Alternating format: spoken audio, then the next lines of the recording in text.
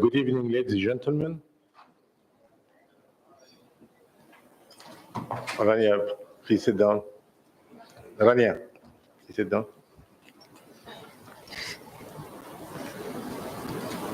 Esteemed guests of today's seminar, it's my pleasure to welcome today our speakers, Mr. Saad Sabra, Director of the International Finance Cooperation Office in Egypt, Mrs. Mayada Magdi Ragab, Senior Regional Representative at the Japan International Cooperation Agency, and Ms. Wala Al-Husseini, Executive Director of the UN Global Compact, and our dear friend, Mrs. Hana Al-Hilali, Executive Director of Al-Khair Microfinance and Chair of the International Cooperation Committee at the Egyptian-Canadian Business Council, who will be moderating today's discussion.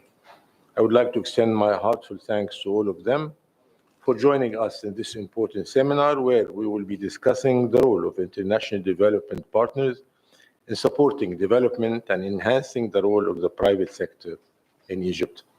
We are eager to hear from our distinguished guests about the numerous projects and cooperation programs in this vital field, which will undoubtedly contribute to advancing Egypt's development efforts. The topic of the international partners and their many success stories requires numerous sessions to cover. Therefore, I will leave the floor to our esteemed guests to discuss the opportunities these partnerships provide for Egypt's economy, their vision for Egypt's economic future, and how to overcome the regional challenges surrounding us, and the respective perspective on the role of the private sector in the development efforts, and how to further enhance this role. I apologize for taking up of your time, and now I would like to hand the floor to Mrs. Hana Al-Hilali to lead today's discussion. Please, Madam Hana, go ahead. Thank you very much, Mu'taz, Mr. Chairman, and thank you all. A very good evening to all of you. We're honored and privileged to have a very distinguished guest speakers today to highlight and showcase what our international partners in development can do to boost our private sector. We have a new government, and international donors play a very important role in boosting the private sector. Actually, I was wearing a different hat with international donors before in my capacity as head of the social fund. So I was in the government kitchen. Now I'm on the private sector arm. And I really value the interventions of IFC, JICA, and UN Global Compact. And the essence of this panel is for our dear members to benefit from the excellent services they can get from international partners in development. And also for our speakers here to showcase their interventions, their facilities, and how they can support the private sector at large. We know that a big focus now is on the private sector in Egypt, and without the private sector, there will be no development. The government should be a regulator, and the private sector should play a very important role in this regards. So with us today, and that's the sequence of the panel, we'll start with each speaker. I'll introduce each speaker, ask them to present in around 20 minutes, and then open the floor for questions and interventions and comments. And thank you again all for being with us this evening. Our next session, inshallah, Mu'taz, will be in banking and insurance. So we're trying to diversify our sessions. Once it's SMEs, another it's international donors, the third it's the banking sector. There's a lot to discuss and to address to our dear members, and really join hands with international partners whom we value their interventions very much, and we look forward to further cooperation. We have our panel today, our first speaker, and thank you very much, Mr. Sabra, for being here. We are honored and privileged. Mr. Sabra is the country head of the International Finance Corporation, and he is the senior official at the organization. For you who don't know, the IFC is the arm of the World Bank. I have previous experience with the World Bank, but the IFC caters to the private sector requirements. And Mr. Saad is a multicultural professional with international experience and a career spanning over 24 years in major multinational institutions in the US and Middle East and North Africa, the MENA region. He enjoys strong leadership and management skills with a proficient experience and familiarity with the entire spectrum of private sector development, including finance and development in emerging markets and fragile and conflict situations. And I think we have a lot of conflict situations these days, so we're all ears. Mr. Saad is recognized for animating and turning visionary thinking to elevate corporate value and purpose in the leadership arena. He is also a subject matter expert in infrastructure investment. So it's private sector and infrastructure as well, because I had a question from the floor earlier today about that. Public-private partnerships, corporate governance, and digital economy development, which is the name of the game now, of course. Prior to joining the IFC in 2004, Mr. Saad worked in management consultant at the strategy practice of KPMG Consulting, as well as at the NDC Group Advisory in the US. In that capacity, he advised senior management of practice in the USA, the management of multinational corporations in a wide range of industries on business strategy and investment decisions, as well as advised government, client, and public agencies. We see a vast experience and exposure in Mr. Sabra's bio. And he holds a master's degree in business management from Strayer University in the US, also a dual bachelor's degree in accounting and decision science management from George Mason University in the US. Mr. Sabra, the floor is yours. We're all looking forward to your presentation of IFC interventions and facilities to the private sector. Thank you. Thank you very much, Dr. Hana, and it's an honor and a privilege to be in this event. Many thanks to the Canada-Egypt Business Council and the Egyptian Business Council for International Cooperation. It's a privilege and honor to be here. I'm pleased to also have the opportunity to be a member of this esteemed panel, and I look forward to a very fruitful discussion. So the round table discussion today is aimed at discussing the role of the international partners in supporting development and enhancing the role of the private sector. I think this is a widely important subject that can take, I think, hours and hours to cover. But I think in the context of Egypt, one has to assume that it's key and central to try to sort of pin it down to certain aspects that are important in the context of this, let's say, juncture that Egypt is going through. So I'd be very happy to provide such reflections as such from where I stand as a leading member of the International Finance Corporation in Egypt. I'm also accompanied by a few colleagues of mine who are sitting in this room who would be also happy to contribute to some of the questions that will be presented at the end of the session. So for starters, let me make a few more reflections about the IFC, in addition to what Dr. Hana has mentioned. So as IFC is a member of the World Bank Group, and the World Bank Group, as many of you might already know, is in charge of providing developmental support to member countries around the world in the context of sustainable economic development. And the World Bank provides that support to governments, while IFC is a standalone, independent member of the group that is solely focused on, supporting that sustainable economic development through the private sector. This does not preclude that IFC can and should work with governments. We do, but in the context of private sector development. So again, through IFC, I think it's useful for some of you to also learn that IFC has been existent in Egypt since 1975, so close to 50 years plus.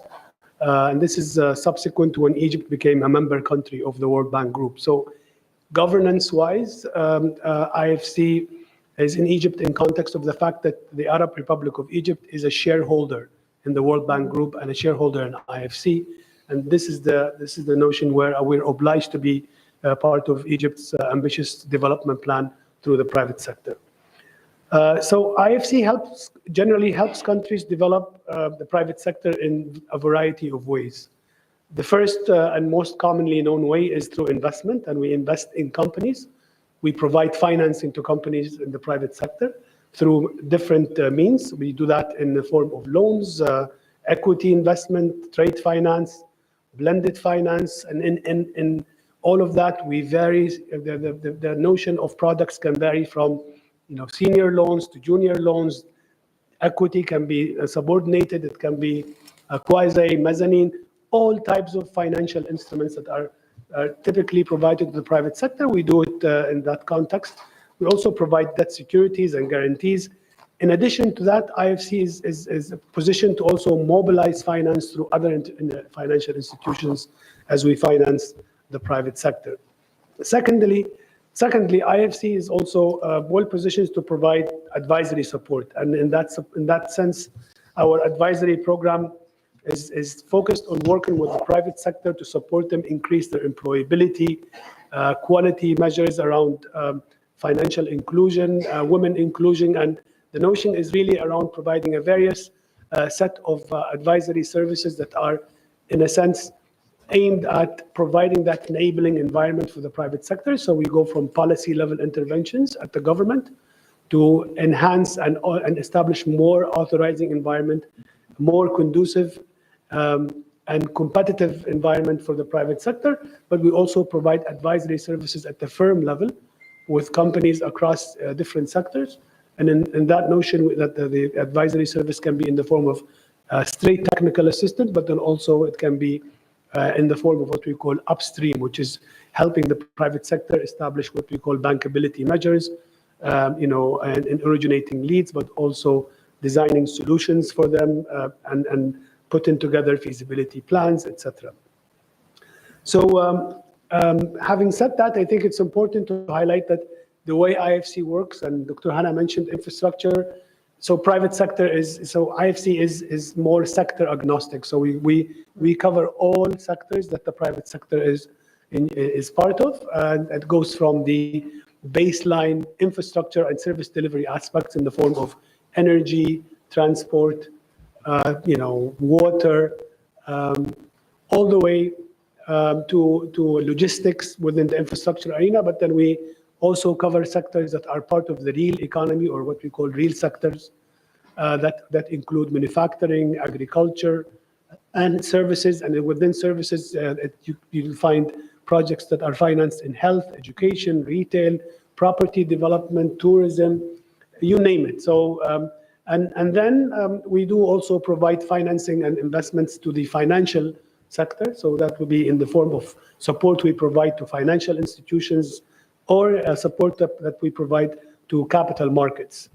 In addition, and more recently, we are more engaged in providing support to financing venture capital interventions in the form of support that can come in the form of equity, investments in private equity funds, private debt funds, and the notion around disruptive technology and the digital economy evolution that's taking place. And so IFC is also engaged in the investments in that notion, not to mention the digital economy in the form of fintech companies and funds that provide support to that space. So in a nutshell, IFC is positioned to provide that kind of support in total. In the context of Egypt, since I think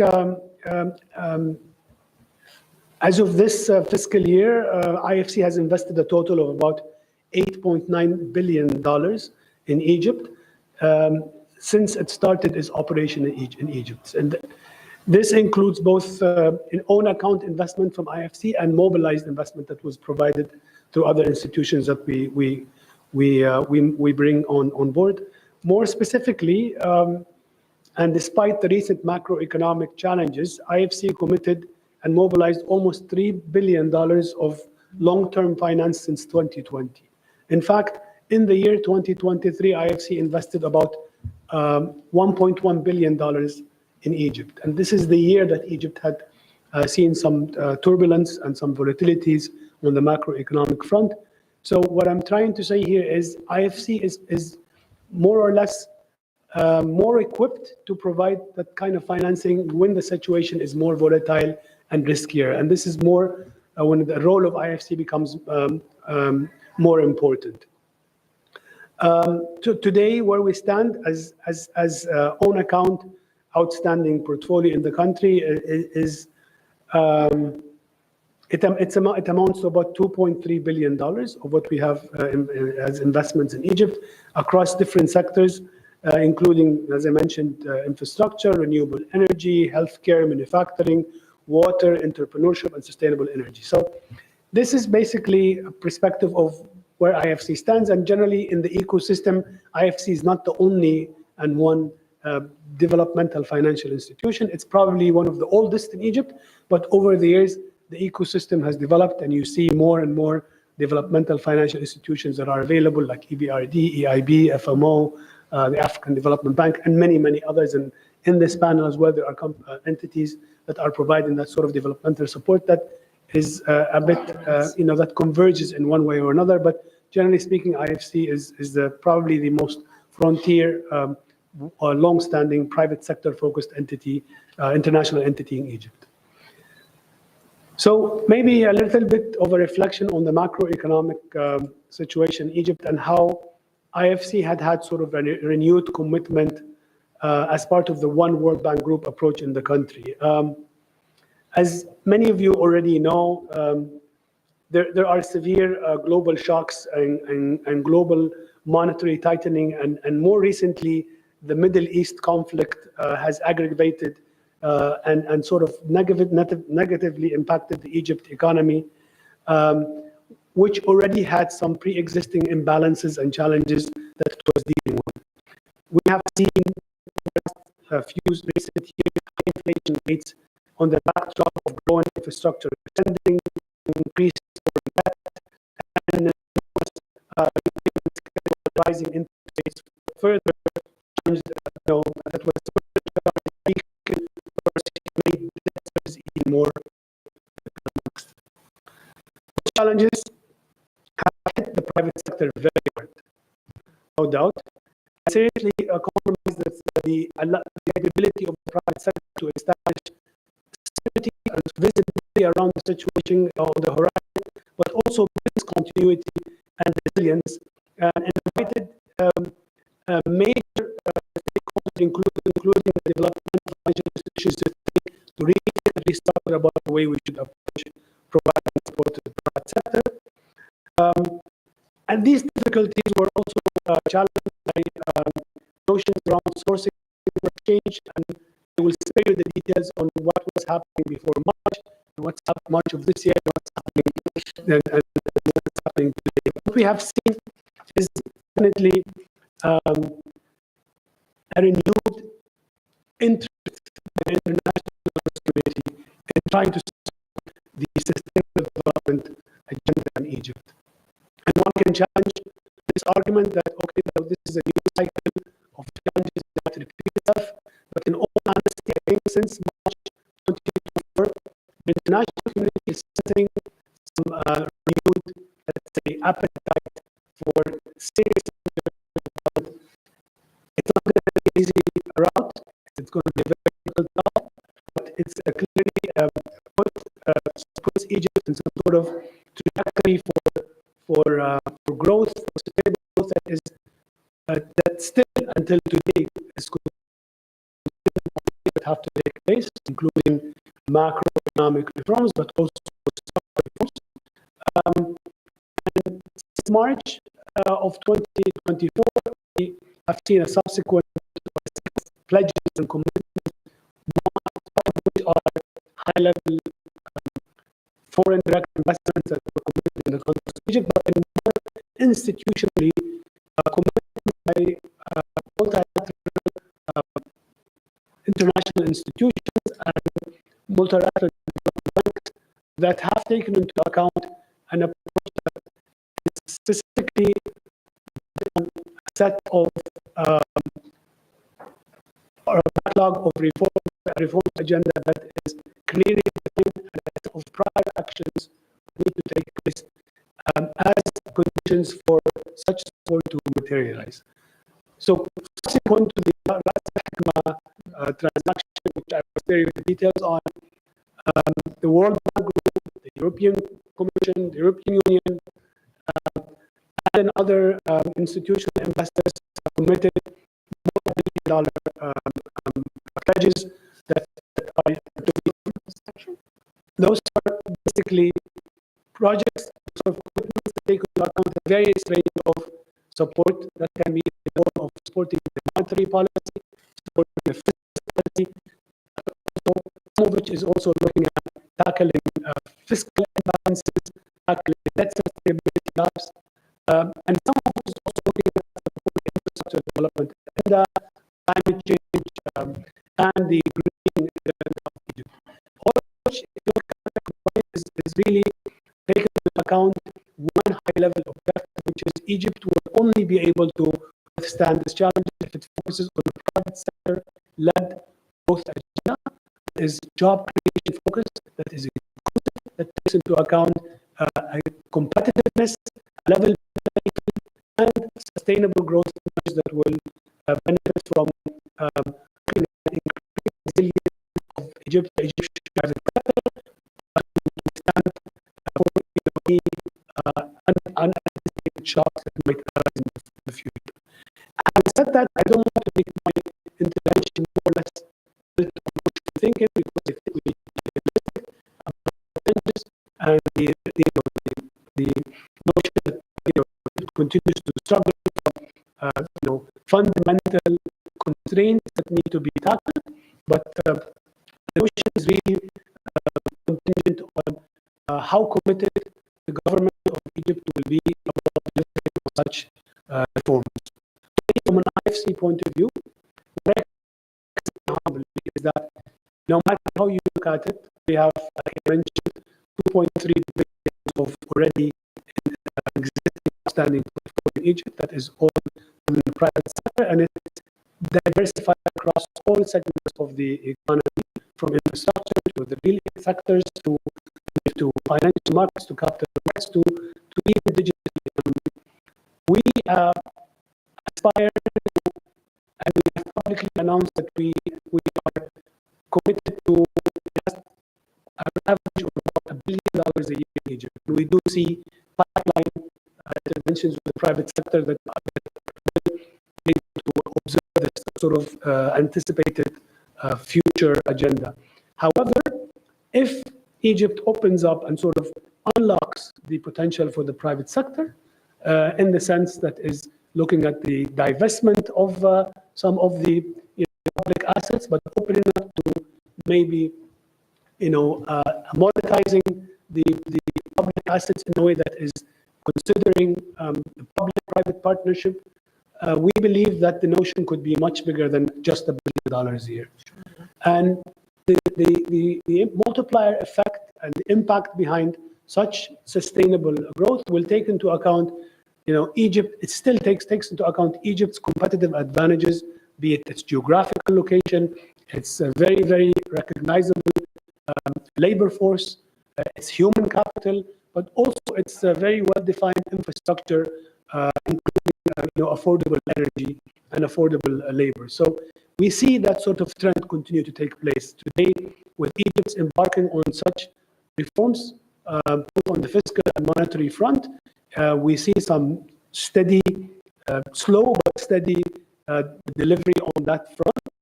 Will be reflective on some pain, maybe some difficult decisions to be made. those decisions will only be sustainable if they are complemented by clearly defined sustainable economic activities in the form of foreign direct investments, in the form of economic activities that are looking at job creation, that will benefit from access to more FX inflows into the country. We believe that all of that could be attainable if Egypt takes into account such sustainable growth agenda. For us, as a member of the international community, we will remain as an institution that takes into account three major variables when we do any investment or advisory intervention. What is the impact we can create socially, economically, environmentally? The notion around climate is important. That's the first variable. The second variable is what is the added value we bring in as an international organization? Are we crowding in or are we crowding out? We won't compete with the local banks or local financial institutions.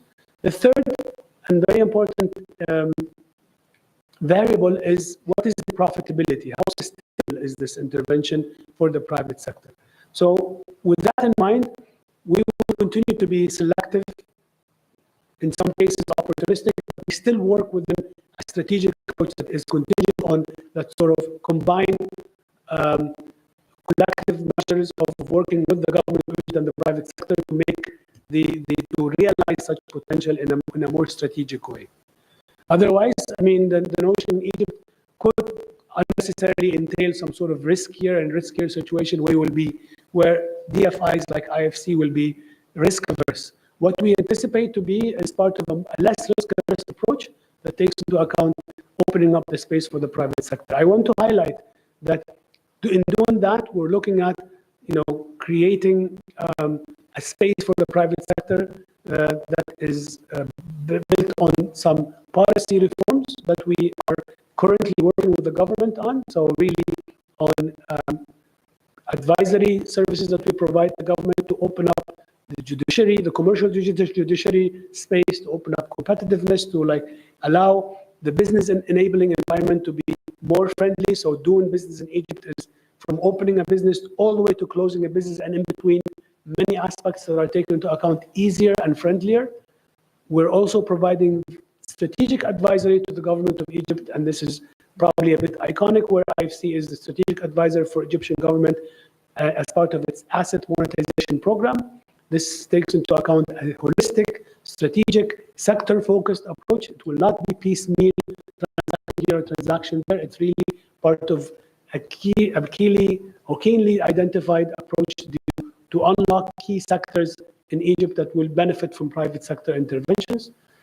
And we continue to do the sort of firm level interventions when it comes to advisory services, and we will continue to look at opportunities to operate in the country. What I believe is the most important lesson learned in this era of Egypt is really that Egypt will benefit from more and more dialogue to understand the type of change that Egypt is in need of. I think over the years, there has been some sort of mismatch and gaps as far as the dialogue and the awareness as to how to constructively take the next steps for Egypt very openly. I think a session like this one is very useful to sort of establish that sort of dialogue so that Egypt could embark on such changes. Again, be realistic that this is not going to be an easy route. It will be very difficult. It would require a lot of input from all different stakeholders, including the private sector, including business leaders like yourselves, but also other segments of the economy. Let me stop here, and I hope this was almost less than 20 minutes. Thank you very much. Thank you very much, Mr. Sabra. This is an eye-opener, and we really appreciate all your insights and inputs. But let me take advantage of being here on the panel, and maybe I'm reflecting on a few things which would be of interest to our members here. The ticket size for the financing, what restrictions do you have in terms of financing, what collaterals do you need, and when we say long-term financing, what is the duration or the tenor of the longer-term financing? And do you see, if you advise the government How do you feel about mitigating the risks of foreign currency exposure and interest rates and so on and so forth? Because this is a main factor when it comes to business for the private sector. And I commend you on the excellent diversification of the portfolio and the excellent focus on health, on different sectors at large. So we're really very hopeful. From your presentation and excellent intervention, I see there is hope at the end of the tunnel. But we need to know, are the government strategies in the right direction? Where are we going? What do you see at the end of the tunnel or towards the end of the tunnel? Thank you. Thank you. So, good questions, Doctora, and you're putting me on the spot because I will have to I must take advantage of you being here, definitely. No, I think, look, so as a financial institution, when we look at investments, we do have a set of risk, let's say, risk mitigation measures that we apply. We are more positioned to provide long-term financing. So in a sense, what makes us different than a traditional financial institution or commercial bank is that we are capable to provide long-term financing that could go for a debt instrument. We could go up to 10, 12 years of repayments. Okay. We could also provide grace periods that could extend from 2 to 3 years, maybe in some cases 4 years. But it's important to highlight that each project is its unique case that we study very thoroughly. We assess the type of attributes the project has. It also depends on which sector the project is coming from. But generally speaking, the driver of how we provide financing is really dependent on, the pricing scheme that we can provide for them. So IFC is not in the business of providing grants or soft loans. We are a profitable developmental agency. We take into account, yeah, and from doing that, we take into account that whatever financing we provide has to be built on sustainable measures. So when we do our pricing for financing, again, this is subject to that the financing is a debt instrument, and it could vary from, a junior loan or a senior loan. Each has its technicality and aspect as far as what terms you can apply to each product. But one key factor that will be a driver of the pricing of our financing is the country risk. Yes. So when you finance a project in Egypt, the very first thing that our credit officer looks at is where does Egypt stand as far as its credit risk. The credit risk is really built on several aspects that are geopolitical, but also where Egypt stands as far as the international rating agencies put it. So there's like sort of an indicator that is being followed by, and it's called the spread value that Egypt has to benefit from. And it's a scoring system, as we say. It's a scoring system that puts Egypt either as a high risk, low risk, medium risk. Mm-hmm. Today, Egypt stands in a position where it's according to top rating agencies, it's a moderately risky place with a positive outlook. Okay. I think it's important to also answer your last question. If there's a light at the end of the tunnel, I think it's important to highlight everything that's going on in Egypt today.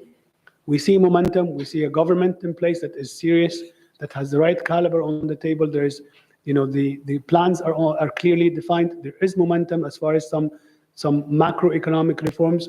There is some momentum as far as the structural reforms. So I think for institutional investors, and I think this is probably repeated, the position today is being cautiously optimistic about the situation. And so that's how we classify. Yeah. So and again, for us, the notion is specific to each and every transaction that we work on from a finance perspective. But again, we bring on board additionalities in the form of advisory services. We provide cross-cutting support to the private sector that is in the form of gender development and job creation, in the notion that often for the private sector is quite useful. In a nutshell, IFC is not necessarily a strictly commercial entity. It's really an honest broker that takes into account the long-term development aspect, but also we're a passive investor that even when we engage with the private sector in the form of equity, we do it in a passive way that is really to benefit the private sector and let them grow, and the upside is usually their benefit. It's a win-win at the end. Yeah. Win-win, yes. Yeah. Ticket size for debt financing, we usually prefer anything in the context of Egypt, given its GDP, economy, etc. We usually prefer that instrument for a project that is not less than $10-15 million and above. Anything below that would be like more of a space that is probably more attainable for other financial institutions. Our resources are limited to be able to work. So the cost of funding for us for a $200 million project is the same cost of funding for us for a $10 million project. So we'd rather be part of like more projects that have that type of impact. If a project is smaller than that but has bigger impact socially, economically, then we're interested. So for us, the driver of the ticket size is not the notion around the profitability. It's really around the impact that is being created by the project. Most importantly, the collateral. Yes, I mean, we have our definitions of a security structure, covenants, and recourse, as we call it, that is, again, contingent on the project, how it's structured, how the client is incorporated, what sort of cash flow they have, is it export-oriented, what the revenue stream looks like, how adequate their capital structure is. There's so many technical details that really derive how we go about collateral. In some cases, our collaterals are very, very lenient when there is like a clear growth agenda, where there's an upside, where there's like an EBITDA that is very high. And in some cases, when it's riskier, then we really ask for some sort of clear security structure. This is becoming more of an interview. Thank you. This has been food for thought, in fact, and we really, is it working? Food for thought, yani very comprehensive, very holistic, and hopefully very optimistic too. I like that. Our cautiously optimistic, I second you. My very dear colleague and friend, Mayada, is our next distinguished guest speaker. We worked very closely during my tenure at the Social Fund. We had excellent projects and partnerships together. And she is the country representative. I've seen Mayada as a very dedicated person and knowledgeable. She's the senior representative of JICA, which is the Japan International Cooperation Agency. And she has 25 years of experience in formulation and implementation of JICA's ODA assistance. Mayada worked on managing many mega projects in multiple sectors involving finance and investment cooperation, technical cooperation, and grant aid. And she is currently leading the private sector climate change energy portfolios, which is very, significant. But as a hard worker, I know you can achieve all this.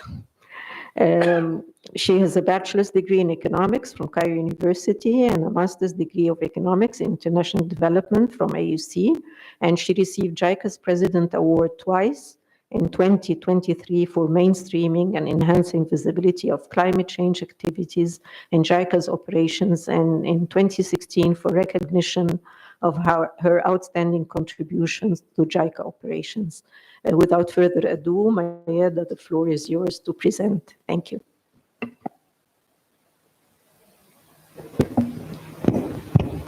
Thank you very much. It's really a great privilege and honor to be here today. And special thanks, of course, to Mr. Mu'taz, the chairman, and Ms. Hana, the executive director of the Egyptian Canadian Business Council, and a dear friend who I was very happy to work with and connect again, and looking forward to doing more together. I'm also pleased so much to be among the distinguished panel today, and it's good to refresh again about what other development partners are doing and how all together we can bring benefit and value added to the Egyptian economy and to the private sector. So I will be giving a brief about JICA and its activities in general, and also touching upon the private sector, which is the topic of today's discussion. So I'll put a short PowerPoint presentation, so my colleague will support me to change the slides. So Please wait a moment.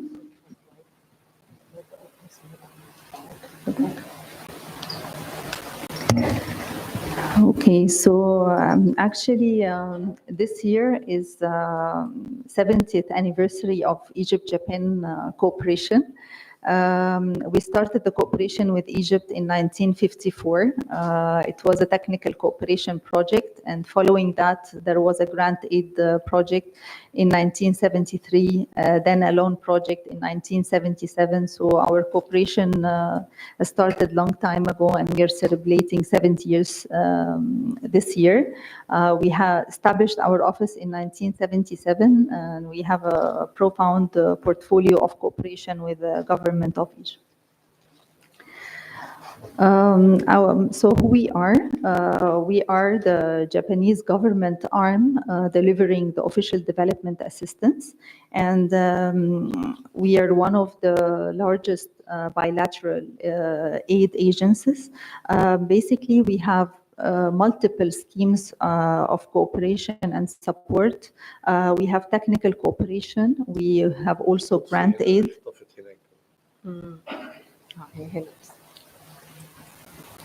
Go ahead, Khan. We have technical cooperation scheme, we have grant aid, we have official development assistance loans, which are very soft loans with long tenors.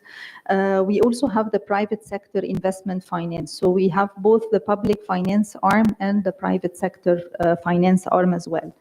And our cooperation with Egypt and strategy with Egypt focuses on 3 pillars. One is inclusive and sustainable growth. And under this pillar, we have lots of support to the energy sector, several renewable energy projects and energy efficiency. We have also a big portfolio in the transportation sector. We have Burj Al Arab Airport in Alexandria and the Metro Line number 4 in Egypt. Also, tourism sector is one of our big portfolios. We have both financial as well as technical assistance to the Grand Egyptian Museum. So we supported its construction and also the assistance in the conservation and restoration and training and transportation of the pieces. We have also private sector development under this pillar, so I'll touch upon later in more detail. The second pillar is the poverty reduction and enhancement of living standards. And under this pillar, we have support for the irrigation and rural development. And also we have a big portfolio on the health. We are providing budget support for the universal health coverage in Egypt, and also technical assistance to improve the hospital's performance, and also to support the government to roll out the universal health coverage. The third pillar, again, which is a big one, is the education and human resource development. Under this portfolio, we have a partnership, Egypt-Japan Education Partnership, which was concluded between President Sisi and the Japanese Prime Minister back in 2016. And under this pillar, we have support to all the education stages in Egypt, from the early childhood to the schools, the primary and the education, and until the higher education. So we have the Egypt-Japan schools, more than 70 schools already in different governorates. We have Egypt-Japan University of Science and Technology, and it's a big portfolio. We have also the cooperation and triangular cooperation and third country training, whereby Egypt is providing its expertise to other countries in Africa and the Middle East with the JICA support. So it's quite diversified in sectors and pillars, and we're covering most of the areas of importance and priority for the government of Egypt. So this is a glimpse of our assistance portfolio. The amount is written in yen, but in total, we have a portfolio of $7 billion equivalent. As I mentioned, we have a diverse schemes, loans, grants, technical cooperation, private sector, and also we have a volunteer program whereby we receive volunteers, Japanese volunteers, working with in the fields with different communities, usually with the non-governmental organizations under the Ministry of Social Solidarity. And this part touches upon our private sector investment finance scheme in more detail. So the criteria, it's more or less similar to what was mentioned by the colleague from the IFC. So the criteria that we focus on to select the projects that we will finance includes that being a quality company that is SDG aligned and ESG aligned as well. And also the purpose, the climate, quality infrastructure, and SDGs, and the necessity to take more risks. So basically, we go for the projects that the commercial banks may not be able to finance. So we can fill some gap in the market. And the products that we provide include both the debt and the equity. On the debt, we have corporate loan or project finance, or also financial institutions bank loan, and I will show some of the examples. For the equity, we have a private equity investment and also fund investment. So it's more or less like the menu that the IFC can provide. And this is an example of our projects under the PSIF scheme, the private sector scheme. One project is Komombo, 500 megawatt solar power plant in Egypt. And this one, the sponsor is Amir Power, it's a UAE company, and the borrower is Abydos Solar Power. So, and this one was a cooperation with the IFC. So together with IFC, JICA participated, and also the FMO, the Dutch Development Organization, and we provided finance. This project is one of the NOAFI package, which was announced, the nexus of water, food and energy, which was announced by the government of Egypt in COP27. And it's one of the projects that are included to achieve the target of the 42% renewable energy by 2030. Another example of our cooperation is with the Bank Misr, and I see already the Bank Misr logo there. So it's one of the major banks in Egypt. So we provided together with SMBC. SMBC is the Sumitomo Mitsui Banking Institution. We provided loan, and through the Bank Misr, it's on lent to several MSMEs, and part of or certain share is targeting the women entrepreneurs.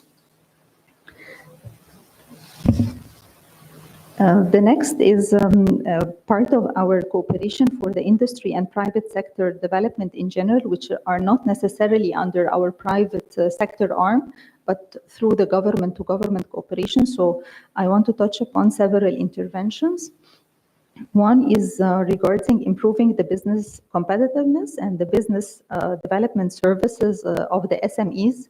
This cooperation is with Ms. Mida, and as Ms. Hana mentioned, we have a previous cooperation with the Social Fund for Development, where we provided in the past financing for the micro as well as the small enterprises. So it's a continuation of our fruitful cooperation, and this time we are looking at the BDS services, and I'll share more details on that in the coming slide. Other cooperation is related with investment promotion, where we work with GAFI, and we provide a Japanese expert who works together with them in order to promote more investments from Japan. So which is they work together on the selling point, or maybe the marketing point for Egypt in Japan, and how to promote the businesses. And of course, with the expansion of the Japanese investment in Egypt, there is more job creation and technology transfer and so on. EJ COSEN, again, is one of our interventions whereby we try to have highly skilled practical engineers that could feed in the industry and work in the industry immediately. The COSEN system is a system in Japan that has been utilized to have highly skilled engineers that contributed to the Japanese industry. It's basically a higher education for students from age 15 up to 20 years. And in Egypt, we are going to establish the EJ COSEN, which is Egypt-Japan COSEN system. There are two pilot schools that are going to open in the next academic year, 2025. In the fields of mechatronics and ICT. So we feel this will contribute to having skilled labor and practical engineers. They are higher than technicians, and they have also the possibility to continue their education to become engineers. Also, the energy efficiency part, we are working with the Industrial Development Authority under the Ministry of Trade. Actually, we have a big portfolio for the energy efficiency support with several ministries, but here I touch upon only the one related with the industry, where we are checking the energy consumption of several high-consuming energy industries, and trying to have a quick win program and work together with the IDA, both on the data collection and identification of, and through that, identification of the measures that would make improvements of the energy consumption and on the efficiency in these areas. We have also a new project that was requested this year for the startup ecosystem enhancement, working with ETIDA. So this is one that is under consideration now by the government of Japan, and we basically hope to work with ETIDA both for the incubation phase as well as the acceleration phase of the startups, and linking the Egyptian startups with Africa as well as with Japan. Last, this is a bit more detail on the business competitiveness of SMEs and the business development services that we work with MISMEDA. So this project is a 2-year project, and it's focusing on Alexandria and Elminia. In Alexandria, we focus on the plastics industry, and Elminia on the food processing. So we chose those areas that have a growth potential, that are important for the local economy, and have also export potential. And we work with them. We start from the diagnosis phases, and we try to have a systematic approach, diagnose first the issue, talk with the pilot companies to understand their needs and the best case scenario. Then have certain interventions. Some of them are related with the market access, some are related with the Kaizen and the quality improvements or operational efficiency. So there are several interventions, and through this Kaizen system, again, Kaizen is a Japanese concept, mainly focusing on small improvements, but consistent improvements that would, by time, realize a significant progress. So we're trying to apply this. We are piloting 20 SMEs, but again, the idea is to work together with MISMEDA as well as other BDS providers, so that this becomes the norm and the way to improve the BDS services. In both governorates, Elminia and as well as Alexandria, we have other interventions. For Elminia, for example, we have also support to the small farmers to improve their marketing and access to the markets and grow what they are able to sell. So it's somehow related with what we are doing with MISMEDA on the food processing, and we also try to find linkages that could improve, have a better or comprehensive improvement in the governorate. In Alexandria, again, plastic industry, we are targeting here. We also have the support for the Burj Al Arab Airport in Alexandria, and the Egypt-Japan school, Egypt-Japan University. So we feel, again, with this comprehensive support, we can have a better intervention and a deeper intervention and improvements for the governorate.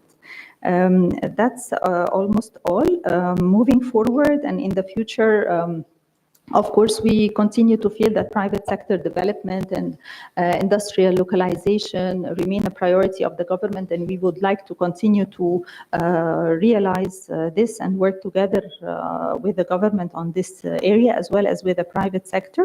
The health and education, again, will remain our portfolio, and the human development. This is also announced by the government as their future target. And of course, green transition and what it entails in terms of the renewable energy or energy efficiency will remain our focus. And we feel that we have both the arms of working with the government and also working with the private sector. On both sides, we can provide finance, and we have different schemes. So we believe we can utilize this to have good intervention and support to the Egyptian growth and development. Thank you very much.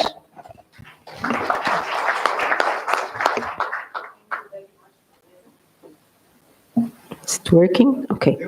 Thank you, Mayada, very much for I see a holistic approach in terms of health, education, infrastructure, a focus on ESG, on BDS, Business Development Services. But for you who don't know, Ms. Meda is the Micro, Medium, and Small Enterprise Development Organization. I see Dalia here. I'm sure Dr. Rafat Abbas with the BDS is nagging for this for sure. But I don't see one small thing, NGOs, because NGOs are the essence for development and at the grassroots levels. And I see Dr. Heba Handousa willing to hear anything that relates on how you can support NGOs, also MFIs and the likes. So maybe I will leave this question to you to reflect upon at the end of the session, and to our different speakers, distinguished speakers, to tell us what are the next steps for the council members to apply and benefit from your excellent interventions to support the private sector. Thank you, Mayed. And I'm not being biased, by the way. Our next distinguished guest speaker, this is a different topic. It's most of you probably don't know what Global Compact is all about, but I think Ms. Wala will give us a very good input on the UN Global Compact Network in Egypt. She is a seasoned expert in corporate governance, sustainability, strategic corporate affairs, with over 25 years of experience across various sectors. As a dynamic leader and innovator, she has consistently driven impactful initiatives and forged significant partnerships, establishing herself as a trusted authority in her field. She serves as the country director of the UN Global Compact Network Egypt, where she has, and I was really happy to hear your presentations to us in person, to my company. And I think it's very useful for all members to sit and listen and benefit from the excellent interventions of the UN Global Compact. The network launched transformative initiatives such as Sustain 360 and Sustain-Ovation, and played a pivotal role in representing Egypt at COP27 and COP28. Ms. Al-Husseini holds extensive experience with establishing corporate governance mechanisms in large state-owned enterprises, large family-owned businesses, private sector groups, and nonprofit organizations. She was the Chief Governance of Sustainability Officer at Oriental Weavers Group, where she restructured the company's governance framework, developed a comprehensive code of conduct, and spearheaded the organization's sustainability strategy. Her efforts resulted in enhanced compliance, improved transparency, and significant progress in sustainability reporting. From our chat prior to the session, we spoke about sustainability and SDGs, and this was discussed in detail at the UN General Assembly. So we're all ears to listen to you, to tell our members what UN Global Compact can do for them. Thank you. The floor is yours.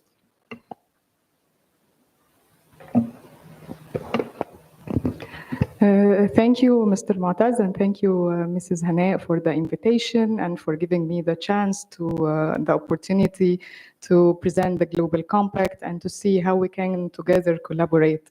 I'm going to talk about a different topic, and it will not be related to finance, might be related more to capacity building, to policy advocacy, to awareness. My topic today is sustainability and the 10 principles of the Global Compact and the SDGs. because the Global Compact is the largest world corporate sustainability initiative initiated by Kofi Annan in 2000, and it was launched in Egypt in 2005. From 2005 till 2021, it was sort of awareness for the private sector, and getting relaunched on 2022, the Global Compact had started to really collaborate and provide value to the private sector. So what the Global Compact is all about? The Global Compact is all about being a partner to the private sector in its sustainability journey. We help companies and we help the private sector implement and embed sustainability practices in its strategies and operation based on 10 main globally accepted principles in the areas of human rights, labor, anti-corruption, and environment. They are beyond 2030 and they are beyond SDGs. So when SDGs are finished by 2030 and we are going to look for another objectives, the main foundation will be always the 10 principles of the Global Compact. So the Global Compact provides companies with access to a framework for responsible business practices that is recognized worldwide. We are not a reporting initiative, we are a platform. So a platform, we provide a range of services and a different exposure to companies. So we provide a transparent platform for companies to report its sustainability progress. We have our communication on progress report, and it is automated. It's a digital platform where each company needs to answer all the questions, and then it will have its sustainability report in hand. The sustainability reporting of the Global Compact is in line with the GRI principles, because the Global Compact is a co-founder with the GRI, and it is aligned with the new European reporting standards. So it considers both. The second thing is that we offer accessibility to a global network of peers and stakeholders. So during the past years, we arranged a couple of workshops for some of our private sector participants to have a peer-to-peer discussion on certain topics that they need to explore more about how other countries and other private sector in different countries work on this issue and how to solve it or how to tackle it. So this is an exposure that the Global Compact offers to the participants. We have our own flagship events where our participants can showcase their success stories and showcase how our private sector is role modeling the different sustainability topics. So we have the SDGs Summit of the Future, we have the Private Sector Forum, we have the Leaders Summit, we have the GABI. GABI is a Greater Africa Business Initiative. It is directly initiated by Antonio Guterres.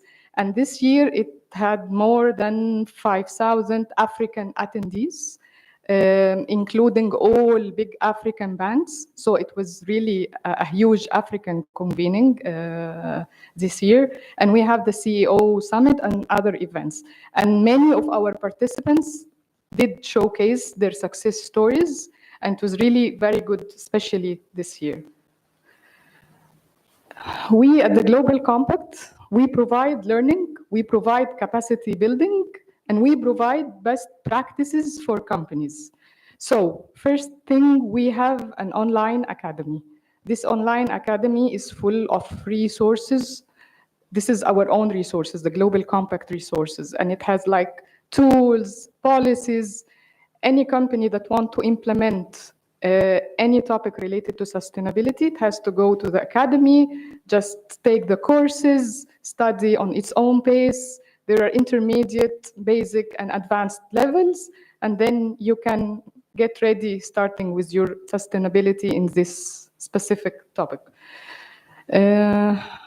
And we are making advancement to this platform, and we are adding more courses based on requests from companies. We have live sessions as well, included in the SMEs track and Changemaker series. There are self-measurement tools It's being developed in collaboration with B Lab, where a company can assess its own status right now and how is it doing with respect to its sustainability practices. So this is a tool that is being provided to all our participants. We have another type of capacity building programs which are named accelerators.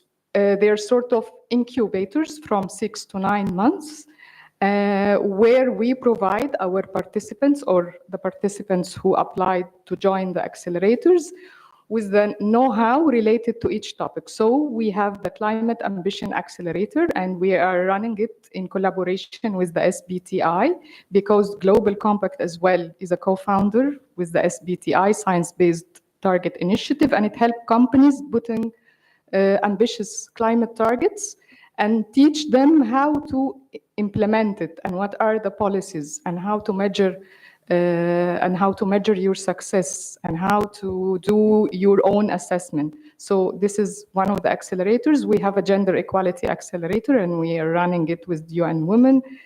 And we have SDGs Ambition Accelerator related to SDGs, and we have Young SDGs Innovators, and we have Business Human Rights, and this is a new accelerator related to the human rights in companies and the living wage. I think this is a very hot topic now. And we have SDGs Pioneers Accelerator, and this is for young pioneers in companies who works on certain projects related to sustainability in their companies. And this year, only 2 from Africa, 1 from Egypt won an award, and it was announced at the SDGs Summit in New York a week ago. On a local level, in addition to the accelerators we are running, we developed our own local programs to serve the need of the private sector, because we've been always thinking we need to provide value to the private sector. We need to provide value to the private sector. And then we noticed that the calibers required to be recruited in the companies are not there, and the companies really needs good calibers to join their sustainability work and to lead the work in the companies. So we developed a program named Sustain 360 to provide basic knowledge for sustainability new entrants to the labor market.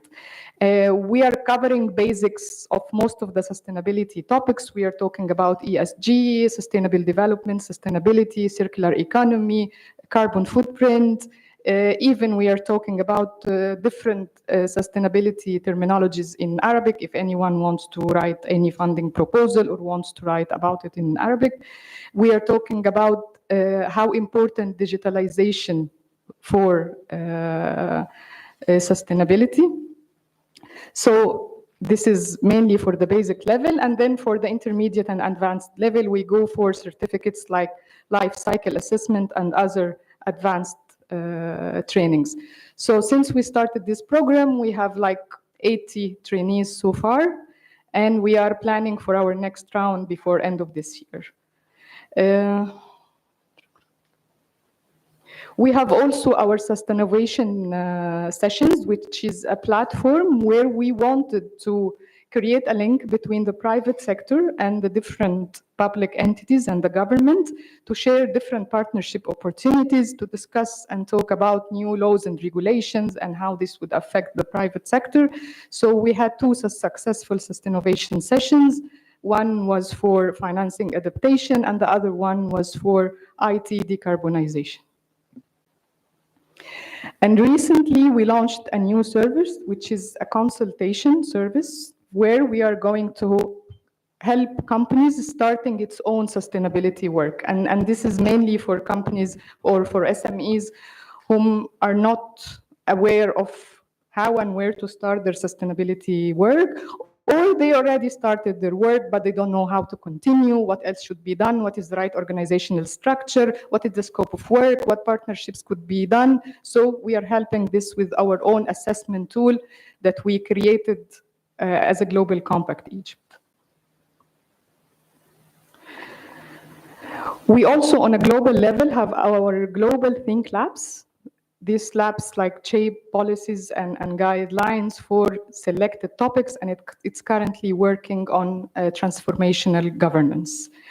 We are working as well on anti-corruption. We had a series of trainings for our participants on our collective action playbook for anti-corruption in collaboration with UNODC.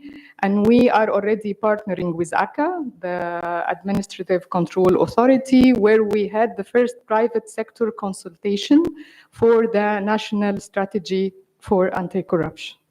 And we are going to continue and have our second one very soon.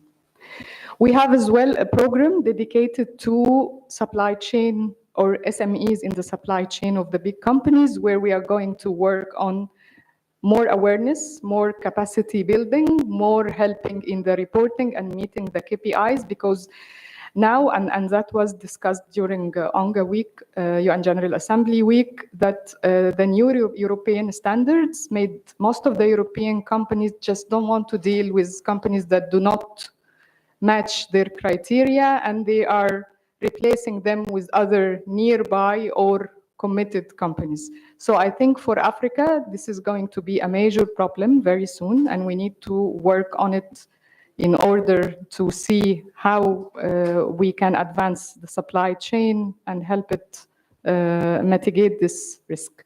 So this program is named Spark, and it's already launched, and we are now working with our participants from big companies to nominate the companies in their supply chain to work with them on this topic.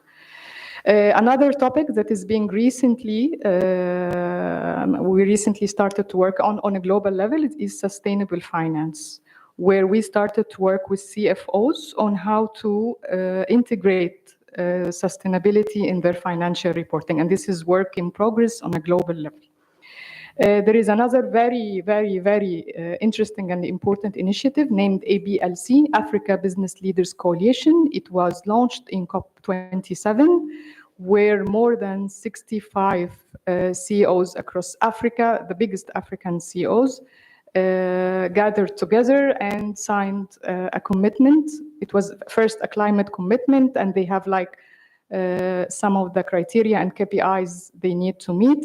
And then currently this initiative, it's like flying, and we were discussing during the UNGA week as well, how the African countries or private sector needs to be sitting on the table of negotiations with the European partner before putting any restrictions or commitments that would affect African companies, like what happened related to the CBAM, European reporting standards, because we are not as African on the table, we are always the menu. So that was discussed, and we had BCG, and we had Bank of Africa, and we had other big names, and it was sort of like lobbying to see how this can happen in the future. Thank you so much. I hope I didn't make it too long. Thank you so much. Thank you very much, Ms. Wala. This was also food for thought. This is a totally different topic. It's not financing, but you mentioned sustainable finance, which is music to my ears, actually. From the panel, we see diversified activities in terms of policies, strategies, financing the private sector, infrastructure, ESG, health, education, global compact. So I think it's time to open the floor for any questions, interventions, or comments, or maybe requests. But my point to our distinguished three speakers, how could our council members apply to benefit from the excellent interventions and facilities that you provide? Who qualifies?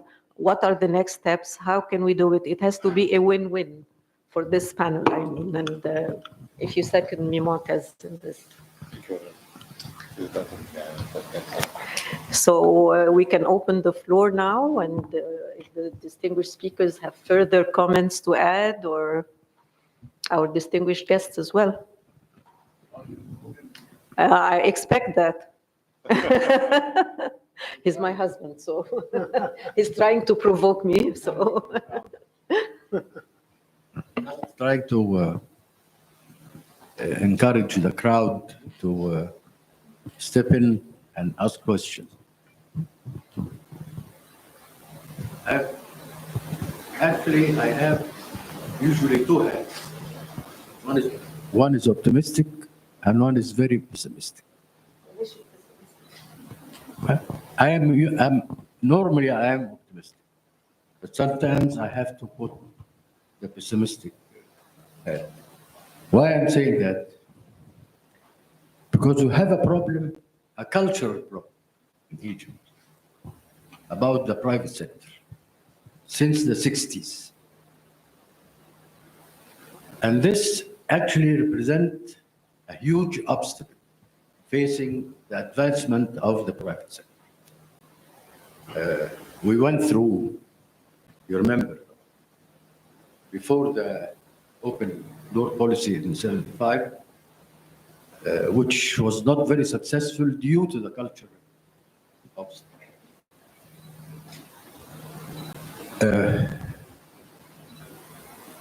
And the cultural obstacle actually can be translated in the negative attitude toward the private sector. There is a negative attitude. When you talk about businessmen, talk about private sector, usually people start talking about this kind of negative and cultural obstacle. And this will take some time. We need many, many success stories to convince the public that the private sector is very important to the economic advancement in Egypt. And this is not a job of one entity, or it's a global issue.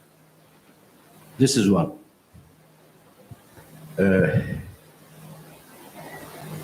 Pardon me, I'm going to pronounce the IFC as IFS. It's not IFC. Why? What the meaning of IFS? Because it depends on everything is if. Condition. So I'm going to say it's not an IFC, it's IFS. A lot of ifs everywhere. Which is normal, of course, because if you are going to invest or give a loan, you have to make sure that this investment is viable, this loan will be collected. But again, I mean, if the ifs goes to the JICA, I mean, it's not only the IFC. All these international organizations and partners, I put the initial of ifs. So I hope that ifs are limited and we open. And as the UN mentioned, how can you help in changing this negative attitude toward the private sector? This is a very, very important issue, so that the private sector can take off and help our economy. Thank you. Thank you, Adam. Thank you, Dr. Hassan. Very insightful. Yes, and I would like to add, please let me first introduce myself. I'm Dr. Dalia Mahmouti. I'm working in Mismeda, and I've been working in Mismeda for my previous 12 months. And before this, I used to work in a private sector. I used to work in a bank, and SGB, Pay and Pay, and QNB. Well, actually, I need to comment on Dr. Hayawan, a statement related to private sector. And I would like as well to comment on the word ifs. Why it is ifs? Because after all, IFC, it's not a profit, it's not a non-profit organization. So Dr. Sabra, he stated before that it's non-profit, so that's why. So this entity, it should look after the commercial part. Am I talking right in this? And so as the private banks, because after all, it's a commercial entities, and the profitability it is their main goal. So that's why I believe it could be an answer for your question, probably. Thank you. When he said the ifs, he meant many things in the ifs.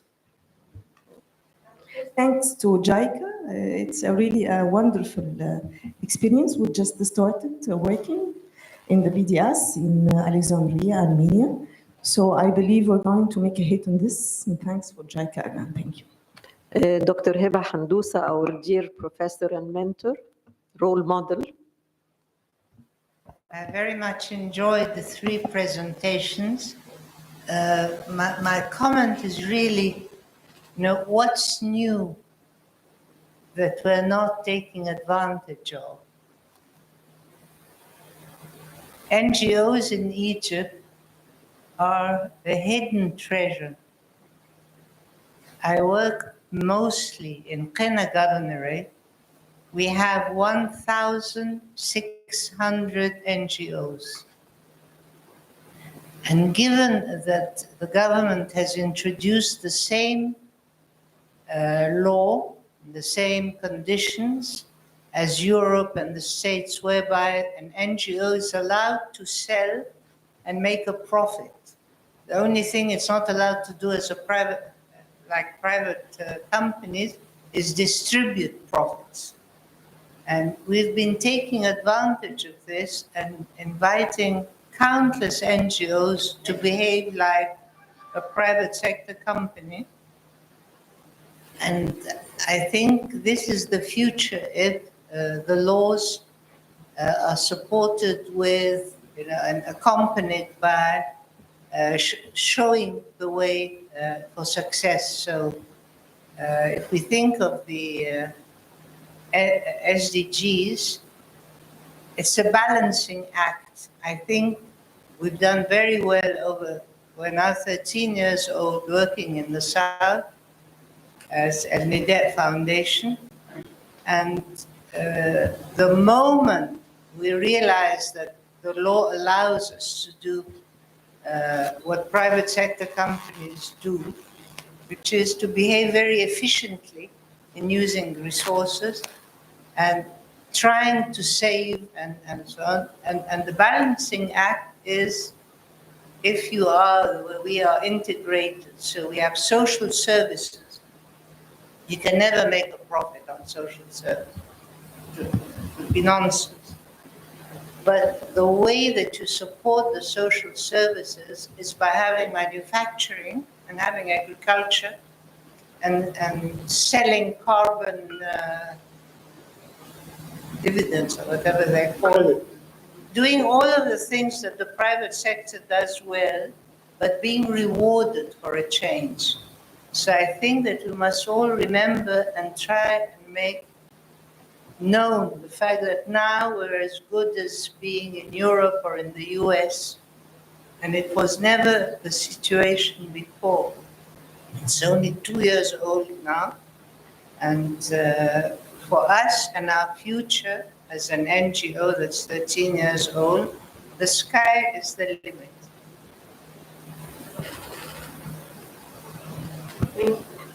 Thank you, Dr. Heba. This is a fact, and I've seen this myself. So I think a focus from...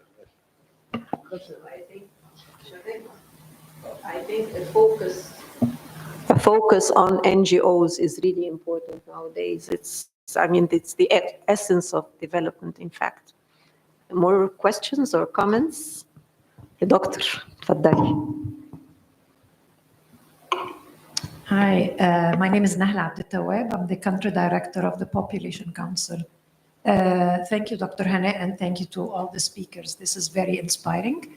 At the Population Council, we conduct research, and a lot of our recommendations focus on or recommend a more inclusive private sector for women and for people with disabilities.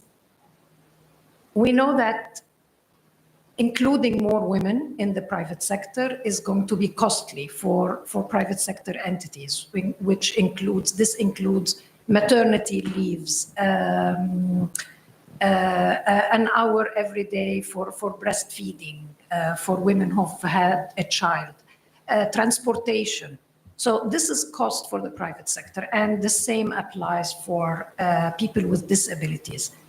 How can we make the private sector more inclusive? How can we incentivize the private sector from your experience?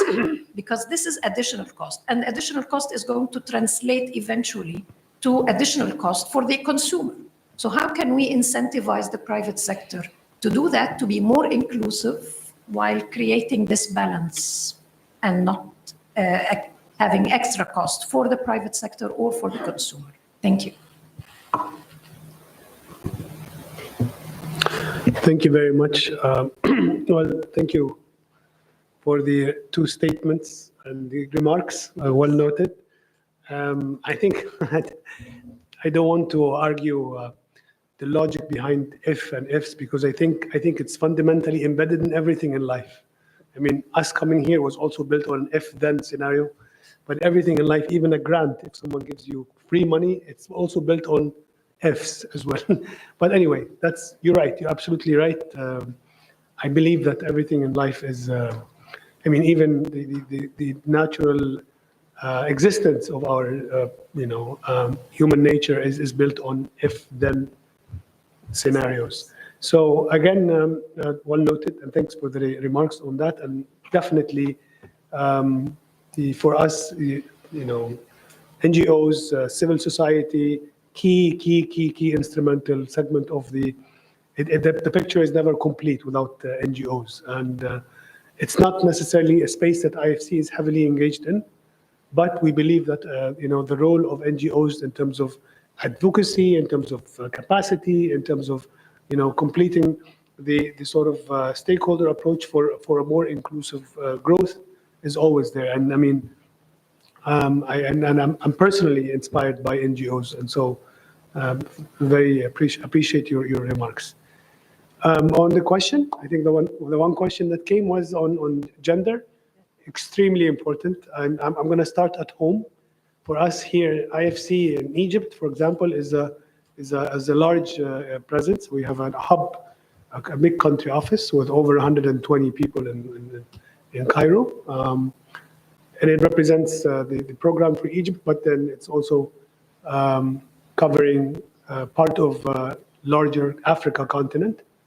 I mean, I'm very proud to say that within our IFC own setup in Egypt, close to 70% of our team is women. So we're above the goal that we have as far as gender balance. Now, for your question, as far as advocating for IFC, every project that we do in IFC, in the sense of whether it's investment or advisory, we always try to chase our clients and sponsors to think about the gender approach, not in a very let's say impulsive approach. It's really in the most long-term type rewardful approach. I mean, we have tools that sort of demonstrate the long-term cost effectiveness of gender inclusion. And in that sense, we have, in Egypt, I'm proud to say that also close to 56% of the projects that we have financed in Egypt or flagged in Egypt or conducted in Egypt are gender flagged. And it's extremely an important cross-cutting theme for us that we work on in the country. And records have shown that when a private sector adopts a gender inclusion approach, its level of productivity, focus, and capacity increases over the years. And this is not to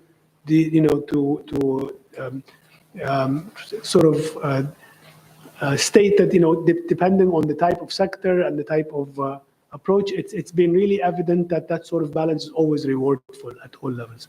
But there is also aspects that we now have to be adopted by businesses to provide that sort of balance, but also fairness and equity, if you will, as far as the gender. So I just want to say that this is a space that is quite important for us. We have a very specified unit in IFC or department that looks at gender development, both at firm level approach, but then also we have a global department that looks at providing certifications for companies that that are interested in sort of classifying themselves as gender flagged, and we have several instruments that we are advocating, but also pushing the agenda for. So I think we would find the recommendations quite useful to proceed with, to also consider for our programs. But generally speaking, this is already an embedded, let's say, segment of our DNA.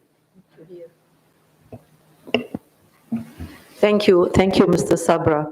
I think we're approaching the time limit for the session, but I'd like a final word from our distinguished guest speakers to the audience, and maybe a recommendation of sharing a link whereby our members can address the distinguished guest speakers in case of interest to benefit from the excellent services provided.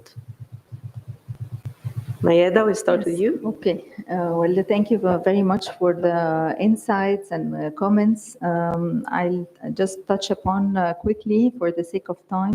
On the gender perspective, yes, we also ensure that we have a gender perspective ourselves in the projects that we finance, and like the Bank Minister project, and having certain share for women, and also institutionally within our office. I thought actually our share, which is more than 50%, was high, but seeing what IFC has, I think we need to work more on this.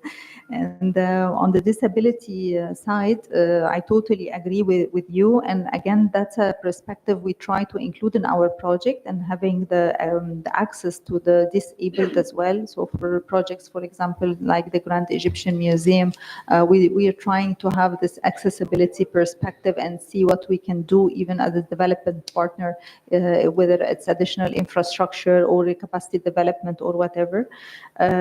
We also worked with Helm Foundation. I think this is one of the very prominent NGOs on the disability. We provided them capacity building in Japan, and based on that, they implemented pilot projects in Egypt for the metro stations, for the Cairo University, and that was really the starting point for them.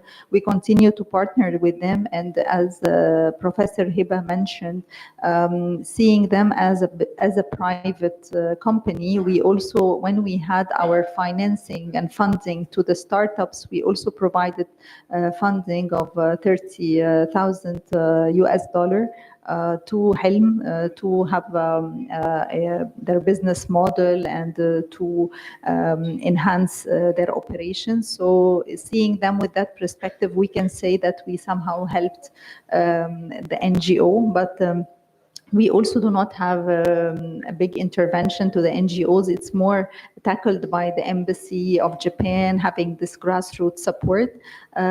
Yet through our volunteer program, we can work together with the NGOs. And as I said, I have an additional NGO for you to cater to, the Golden Years Foundation, and I see Dina Hashish here and Dr. Nahla. It's for the elderly. I think we can also focus somehow on the elderly, because they need all the support, definitely. Sure. Yeah, so we try, and what we do recently also, we try to connect the NGOs in Egypt with the NGOs in Japan. We have an NGO Japan desk that recently started, so maybe we're, I think, coming slowly to reach out to the NGOs. And of course, the work of Professor Hiba is very well known, and thank you for the great impact and intervention. We're always inspired when we see the impact on the ground. So always happy to see Professor Hiba and also know the activities on the ground. I think that's all from my side. In the presentation, you will find also my email, so please feel free to reach out to us, and if you have any further comment or clarification. And again, thanks for all the valuable comments, and of course, apologies that we usually, as development partners, have a lengthy due diligence process. Yes, that's true, but on the public side, it's like taxpayers' money, so we also have to show how we have had our due diligence process, and the private sector side, also the commercial side. But anyway, thank you so much for all the valuable comments and interactions. Thank you. Thank you very much, Mayeda, for your insights and inputs. It's quite valuable to us. And I'm sure you'll be receiving some requests from our members. Dr. Saad, would you like to add any comments? Sure. Thank you very much for any excellent presentation. In fact, very comprehensive and holistic in all terms. Dr. Wala, thank you for a different topic tackled. I'm sure our members didn't know much about what UN Global Compact is all about, but I think it provides for excellent support to the private sector. So if you have a final word to the audience, please feel free, and a link to share with our members so they can approach you, or you can approach them if you wish, and we can take it from there. And please. Back to the...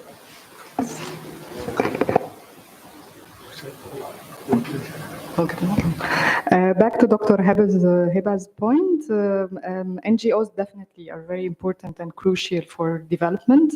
And I was there before. I was managing a couple of NGOs, and I know how important they are and how the civil society can play a crucial role in development. And we have at the Global Compact, NGOs are part of our ecosystem, but we are not focusing much because the main focus is the private sector. But what we are trying to do is that we are trying to create opportunities for the NGOs with the private sector, just to see how the synergies would work and how they can collaborate together. But definitely we would be happy on a local track to see how we can develop this further. Definitely, this is very important. Thank you for raising this. And for Dr. Nahla's point, we have an accelerator dedicated to this topic, Gender Equality Accelerator. And like, I don't want to say a big portion of our private sector companies. We have like 120 private sector companies. 70% of them are big companies. Let's say like 35 of them are doing great and very passionate, and they are applying all the policies and doing all the required analysis, and they are embedding all the practices, even changing internal bylaws just to fit with the WEPs. So rest assured, we are working on this, and we can together see how we can push this together. And I would like to see how we can all collaborate together. I have here my colleague Hani, he's our head of participants engagement, and we have the Global Compact website where you can submit your membership requests. We have global and local requirements, and I will be sharing with Dr. Hana our contacts so that everyone would like to reach out to us. And I would like to make a special thank you to Dr. Hana, because after 25 years, I saw my colleague University Mayeda. We haven't seen each other for 25 years, so I'm happy we've met today. Thank you. Thank you very much, and please join me in giving a great hand of applause to our distinguished guest speakers. This was food for thought. I'm sure everybody benefited. And thank you all for being here tonight. And we look forward to further panel discussions on important topics to reflect upon, and we'll take it from there. Thank you very much.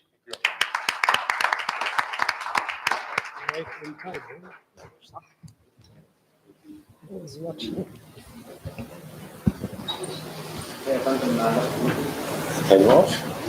Take a